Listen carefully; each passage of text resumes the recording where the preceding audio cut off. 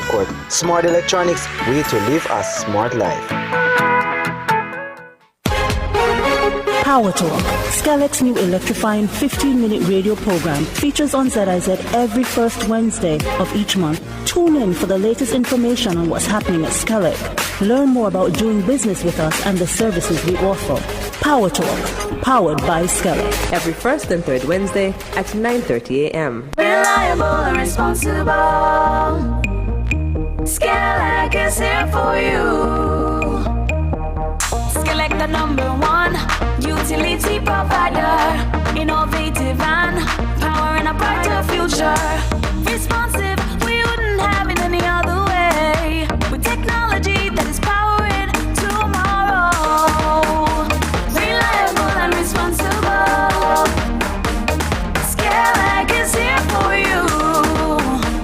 Reliable and responsible. SKELEC is here for you. Our community. That's a fact. We are fully powered up and they are powering the community. And here to tell us a little bit about what's happening with SKELEC, we have two representatives. I'll let them introduce themselves and take over the show for this morning. Good morning. Good morning, Ronnie. Thank you for having us, and good morning to our listening and viewing audience. My name is Patrice Harris, and I am the Corporate Communications Manager at SKELEC, and I am the host for this morning's edition of PowerTalk. PowerTalk is SKELEC's radio program that allows us to share with the community, the listening and viewing audience, all great and exciting things that are happening with the company. Before I go into this morning's presentation, I want to wish everyone a happy December. Today is December 1st, and we're at the beginning of the festive season. So it's all well and good for you now to start playing your carols and making your sorrel and putting up your decorations, because we are well into the festive season. And at SKELEC, we are engaging in some of these festivities as well, and as we continue to roll these out throughout the month, you will learn about them. But I just want to let you know that for this season, we are focusing on giving, and our campaign for December is the power of giving. And that means that the next time I see you, which is on the 22nd of December, I'm going to have tons of goodies to give away for our loyal listeners and our lovely customers. And we're also going to have some giveaways in store on the 24th. That's Christmas Eve. So we want to brighten your day for Christmas the following day. But before we go into discussing about the power of giving, I have with me one of the technical engineers and managers at SKELEC, and I will allow this individual to introduce himself. Good morning, Patrice. Good morning, listeners. I am Colin Brown. I am the Control Operation and Protection Manager at SKELEC, and I'm happy to be here once again for the first time in a little bit with Patrice on PowerTalk. Thank you for joining me, Colin. I know that you're usually here with me in the studio, and you ran away for a bit, but I'm happy to have you back. And this morning we're going to be discussing our distribution network, helping persons to get an understanding of how the distribution network works and what it is specifically that your department does at SKELEC. So first, Colin, we usually, when we have our guests here, just allow them to tell us a bit about themselves professionally. Don't really want to hear if you walk your dog on the beach, but if you do, you can tell us. But tell us about yourself professionally, especially what you do at SKELEC. Professionally, so my background, I'm a graduate engineer, graduate trained electrical engineer. I also have graduate training in business management. I've been a professional in the electricity distribution for 25 years, and I've been with SKELEC for coming on 10 years now. I think my 10-year anniversary at SKELEC is coming up. My team at SKELEC is called the Control and Operation Division. We are responsible for the day-to-day management of the transmission and distribution system. Most pertinently, we are responsible for responding to emergencies. Emergencies on a day-to-day and routine basis, emergencies/faults, So electricity loss to a customer, to an area, but also emergencies in the sense of disasters, national disasters as well, hurricanes or what have you. We are responsible for coordinating and carrying out restoration, response and restoration. So in a nutshell, that is the control and operation division, managing the network day to day, whether routine or in exceptional circumstances.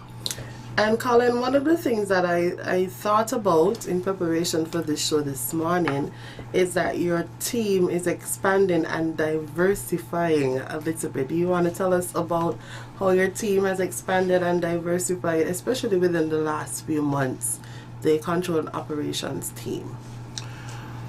Oh, yeah, that's a curveball.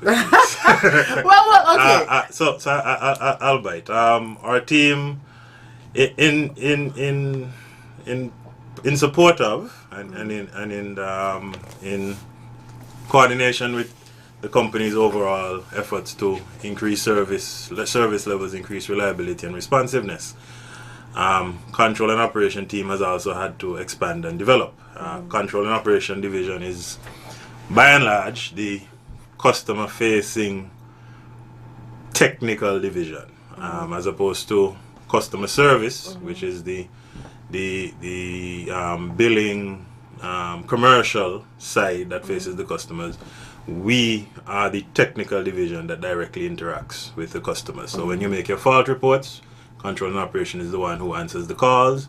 When your lights are out, we're the ones who go out and repair it. We're the ones who are out at 2 a.m. in the morning when the rain is falling. So as we at SKELEC are improving our service levels, control and operation has to expand. We've brought on a number of staff in the last, number of new technicians in the last 6 months to a year, including for SKELEC, our first 2 female technicians. Yes. We have expanded our operations to be fully 24 hours now. So when you call, no matter what time of day, the operators on duty to answer your calls, and we have technicians on duty to respond in the field and escalate accordingly. So we've put a number of new procedures and policies in place behind the scenes, and a number of new technical features, IVR being one of those, automated voice response, and a few other technologies and systems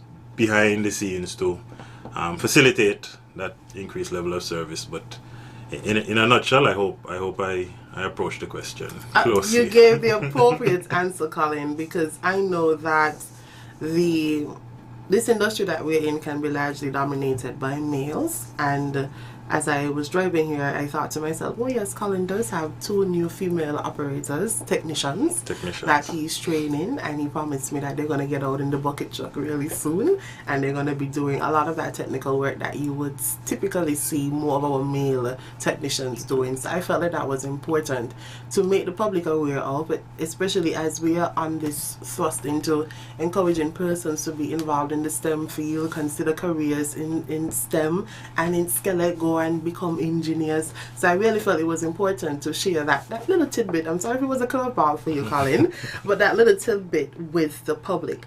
Now, Colin, we've been just discussing the transmission and distribution network and channels, but what does that really mean in terms of the layman, the ordinary person, to be able to understand? What does that look like for them, and what does it include? On the ground, our transmission and distribution network is all those equipments, facilities, practically speaking, wires and cables that gets the power from the generating plant at Needmus to the consumer. So most obviously for most of our customers, they're driving along and SKELEC poles and the wires on the poles, that is the most obvious aspect of the transmission and distribution system, as well as we have quite a few miles of cables that are underground that also form part of the transmission and distribution system. To be a bit more specific, the entire island receives power from the power plant at Needmus. So leaving Needmus, we have what we consider feeders. We have 12 main distribution channels, 11/12 main distribution channels, and each of those takes electrical power, electricity, to a different part of the island. So just to give a few brief examples. We have two that serve Bastia. It's called the Bastia North and Bastia South. And the areas, the geographic areas they cover correspond to the name. So North Bastia is essentially north of Kearn Street. South Bastia is essentially south of Kearn Street. Likewise, we have one main feeder that feeds the western side of the country. We call it the Sandy Point feeder. One main feeder that feeds the eastern side of the country called the Kearn feeder. We have others that feed other areas. Some you can tell by the name, Frigate Bay feeder, the industrial feeder, primarily the industrial site. We have the infamous Bayfords feeder. I think everyone who lives on the Bayfords feeder know that they are on the Bayfords feeder. We have the Canada feeder and a few others. We have the Port Zante feeder. We have the Southeast Peninsula feeders.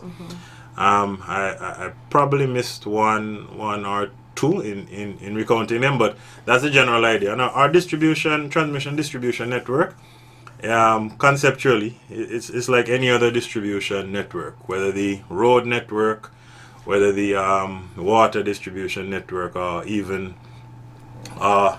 vascular system for distributing blood in our bodies. There's a source similar to a heart, and then we have certain veins/arteries, some carrying blood to our head, some carrying blood to our feet, some carrying blood to other important organs. In the same way, we have areas where we control the flow of electricity, so those are substations along the way.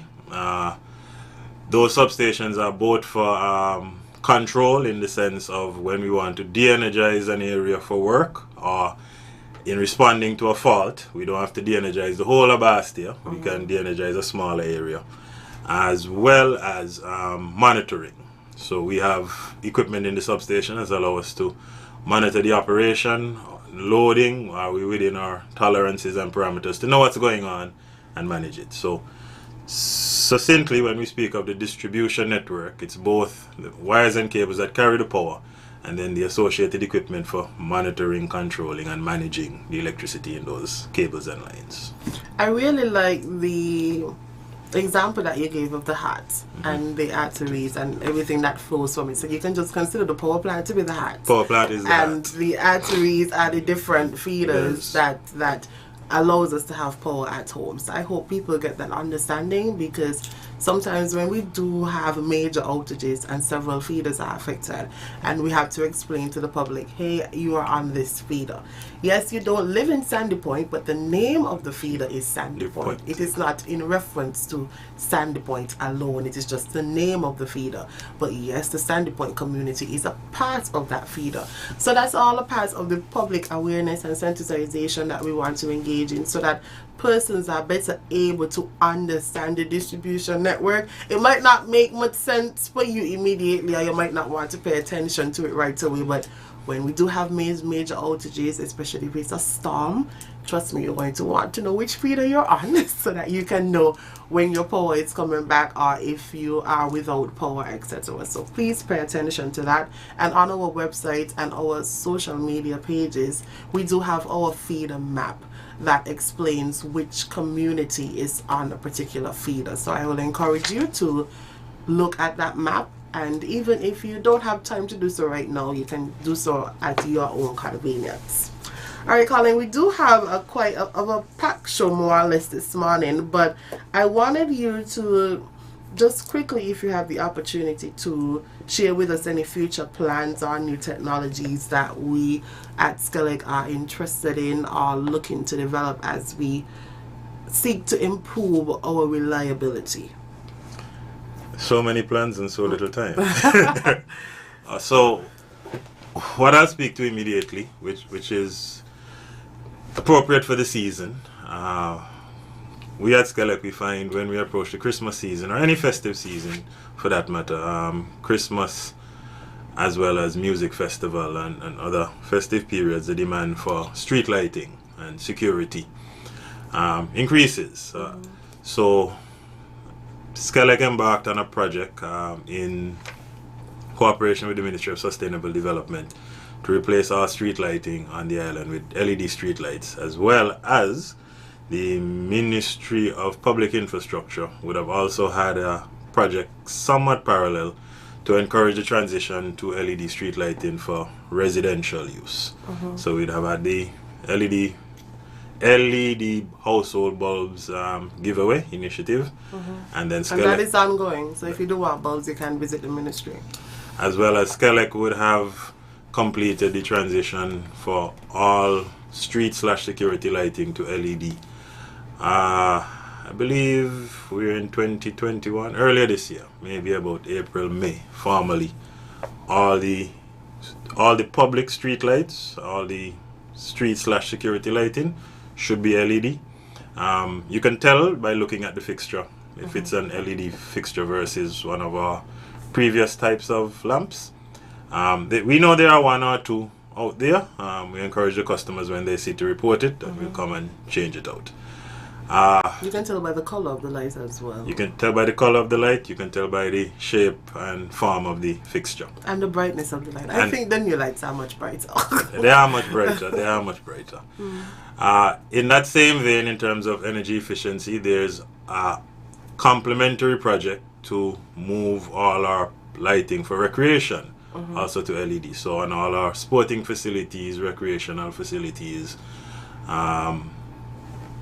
parks, community centers, anywhere, quote unquote, we've had floodlights. We are transitioning to LEDs for floodlights. So a few other agencies have actually been ahead of us. I know the port has put up some LED floodlights at the airport as well, but the intention is in short order that all our lighting, all our public lighting will be LED, and typically based on the lamps we have transitioned to, should translate into at least a minimum 50% reduction in energy consumption for public lighting. In some cases more, depending on how often the lights are used, or some cases less. But at minimum, we expect a 50% reduction on average in the cost to provide public lighting, both for street and recreational purposes. So that is one of our major thrusts for energy efficiency. And then as far as other technologies, particularly renewable, we have the La Clanche Solar Farm, a significant solar electricity generation project in the Bastia Valley that I think it's envisioned, when it is completed, to provide somewhere in the range of 30 to 40% of our total national electricity consumption yearly. In addition, there's also another project planned in the development phase for a wind farm in the north of the island, in the Bellevue area, that I cannot recall what is the projected contribution percentage-wise to our electricity demand, but that is a project that has been in development for some time and is moving closer and closer to actual implementation. So. And all of these projects should certainly allow the country to be well in line with a lot of the climate resilience that is required, and reducing our fossil fuel emissions, so we're not contributing as significantly to global warming. And a few months ago we did have Mr. Nubian Greer here on air with us, and he was speaking about the Bayford's Underground project that was taking place, or is taking place, yes, and that will certainly help with the resilience, especially on the Bayford's feeder. I'm certain that the persons that live on that feeder will be quite grateful for that project, because it allows that feeder to be much more resilient and allows the company to be more reliable on that end. Exactly. So Colin, we're going to pause for a bit. Hopefully our callers do have questions or comments that they want to make. I will encourage our callers, please call in really quickly before we wrap up the program to ask your questions. You have Mr. Colin Brown with us. He is the Control Operations and Protection Manager. And as he mentioned earlier, his team is responsible for emergencies, major emergencies, and ensuring that the system, the transmission and distribution system, remains up to date, maintained, so that the company is reliable. So if you have any questions, now is the opportunity for you to call in and ask questions.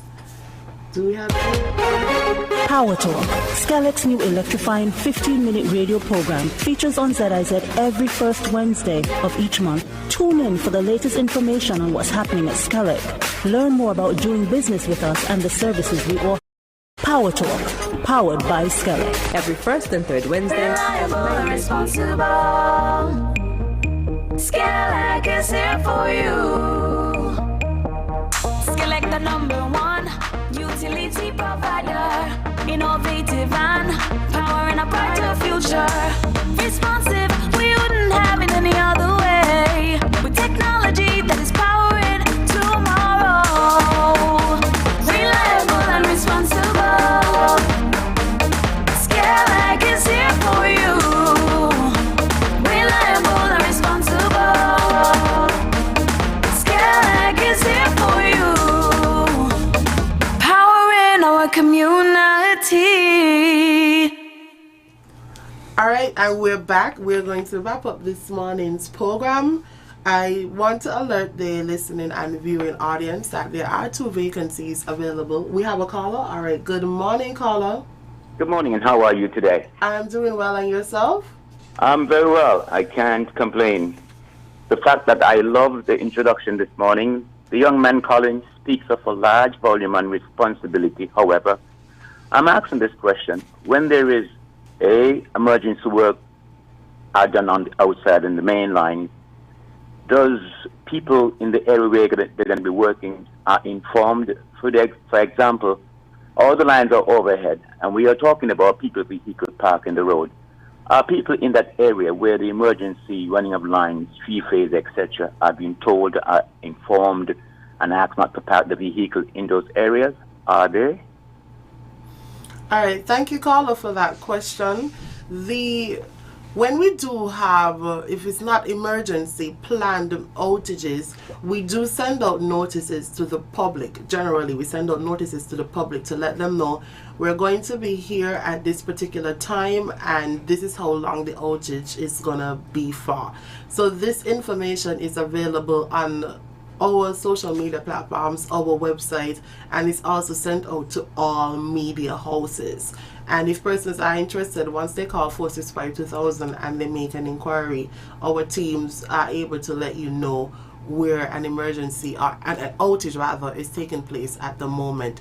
But I know when there are smaller outages, sometimes our crews, and Colin can confirm, do alert the houses in the persons in the area, the residents in the area, that we're going to have this outage and what is required of them. Is that the case, Mr. Brown?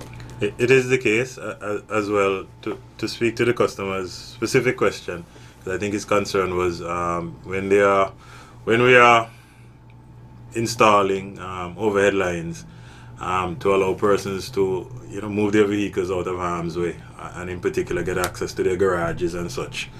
We do our best to inform the residents and to make accommodation not to inconvenience the residents and their vehicles in leaving and entering and leaving their homes, and also not causing any damage to their vehicles.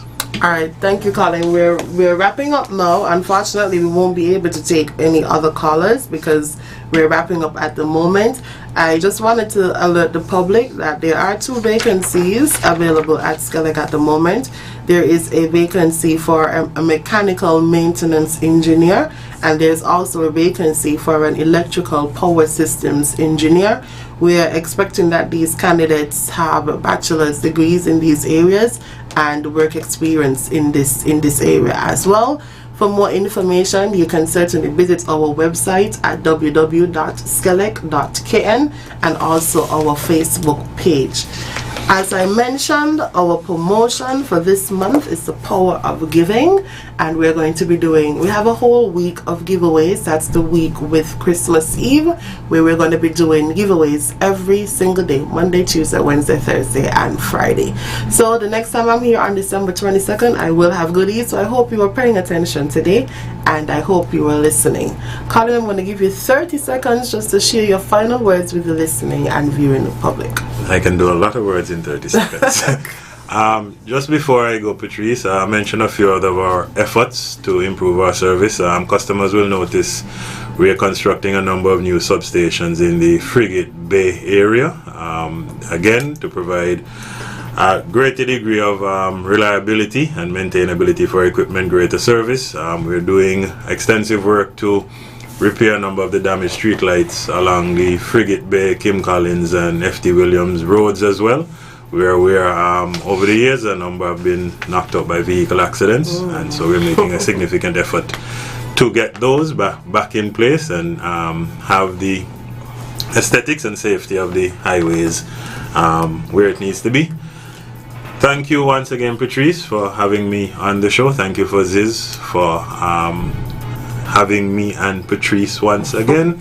To all our listeners and all our customers, all the best for the season. If I do not speak with you again, all the best from SKELEC and the SKELEC family and the Control and Operation Division at SKELEC. Take care. Thank you, Colin. Please be safe, drive safe. Please don't hit any of our poles. Don't give us too much work to do during the festive season, because we want to enjoy the festivities just as you do. We don't want to be out having any emergency outages. So thank you. Remember, SKELEC is the utility company that's always with you, the nation's leading utility provider, and we wouldn't have it any other way. See you on December 22nd when I have all of my goodies to give away. Bye bye.